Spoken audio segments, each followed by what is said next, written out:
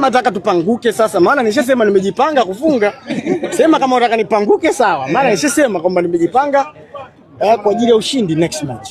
Yeah, hakuna kitu kingine. Okay, Mfalme, kwenye michuano hii tunaonaga watu mbalimbali, lebo mbalimbali zinafika hapa, zinashiriki. Tunaona kina Harmonize hapa, kina Santos hapa. Hivi hii mbinu ya kuweka watu pamoja ulipata wapi? Ni mbinu gani ulitumia kubwa namna hii? Michezo ni furaha, michezo ni afya, michezo ni connection kubwa sana, na wasanii tunawahitaji watu wenye makampuni, na makampuni yanawahitaji influencers. Ndio maana umeona nimekutanisha watu wote hapo katika hii Samia Cup ambayo tunamwenzi mama yetu kwa jina tu, lakini kiukweli tunataka kila mtu awe na furaha, awe na afya. Ni upendo tu kilichokuwepo, na ukiona kama kuna wasanii wanajiunga vile vile na wao pia wameamua tu kuparticipate katika hili kutokana na michezo ni furaha.